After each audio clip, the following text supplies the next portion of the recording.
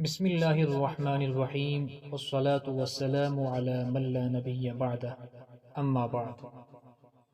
اللہ تعالیٰ نے جن چار طبقات پر اپنا خصوصی انعام فرمایا وہ انبیاء، صدیقین یعنی صحابہ، شہداء اور صلحاء ہیں۔ حضرت حسین رضی اللہ عنہ ایسے صحابی ہیں جو مقام ولایت کے اعلیٰ ترین درجے پر فائز ہو کر شہید ہوئے ہیں، یعنی آپ رضی اللہ عنہ صحابی بھی ہیں، شہید بھی ہیں اور ولی بھی ہیں، اور ہمیں حکم ہے کہ ہم انعام یافتہ لوگوں کی اتباع کریں، اور اس کے لیے ضروری ہے کہ انسان کی سیرت سے واقفیت ہو۔ اسی نیک مقصد کے لیے سیدنا حسین رضی اللہ عنہ کی مختصر سیرت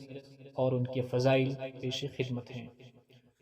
شعبان المعظم کے چوتھے یا پانچویں روز سن 4 ہجری میں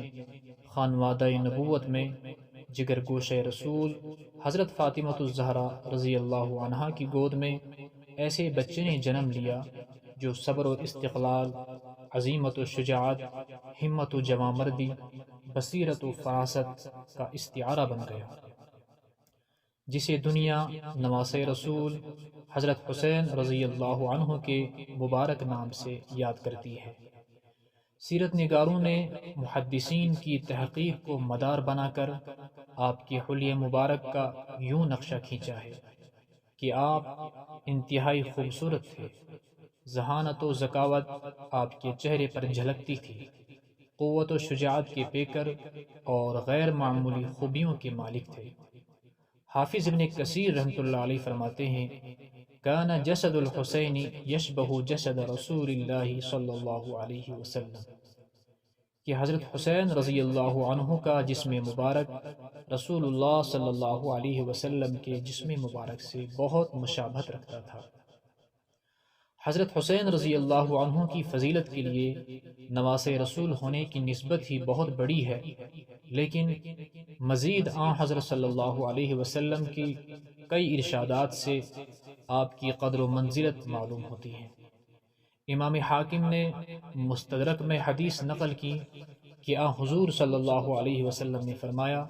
الحسن والحسین ابنایا فمن احبہما احبنی ومن احبنی احبہ اللہ ومن احبہ اللہ ادخلہ الجنہ، او کما قال صلی اللہ علیہ وسلم، یعنی حسن اور حسین میرے بیٹے ہیں، جس نے ان دونوں سے محبت کی اس نے مجھ سے محبت کی، اور جس نے مجھ سے محبت کی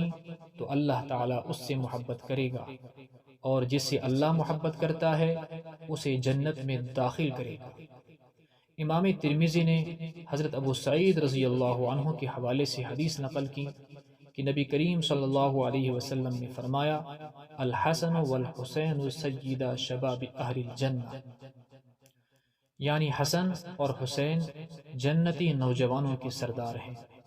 حضرت امام احمد ابن حنبل نے اپنی مسند میں حضرت ابو ہریرہ رضی اللہ عنہ کے حوالے سے روایت بیان کی کہ ایک مرتبہ رسول اللہ صلی اللہ علیہ وسلم ہمارے پاس تشریف لائے اور آپ کے ساتھ حضرت حسن اور حضرت حسین دونوں تھے، ایک کندھے پر سوار تھا جبکہ دوسرا دوسرے کندھے پر سوار تھا، اور آپ صلی اللہ علیہ وسلم ایک دفعہ ایک کا بوسہ لیتے اور دوسری دفعہ دوسرے کا بوسہ لیتے۔ سیر اعلام النبالہ میں حضرت ابو ہریرہ رضی اللہ عنہ کے بارے میں منقول ہے کہ سیدنا حسین رضی اللہ عنہ کسی جنازے پر گئے تھے تو حضرت ابو ہریرہ رضی اللہ عنہ بھی ان کے ساتھ تھے۔ واپسی پر حضرت حسین رضی اللہ عنہ کو کچھ تھکاوٹ محسوس ہوئی تو آرام فرمانے لگے۔ جب لیٹے تو حضرت ابو ہریرہ رضی اللہ عنہ آپ کے قدموں سے غبار صاف کرنے لگے۔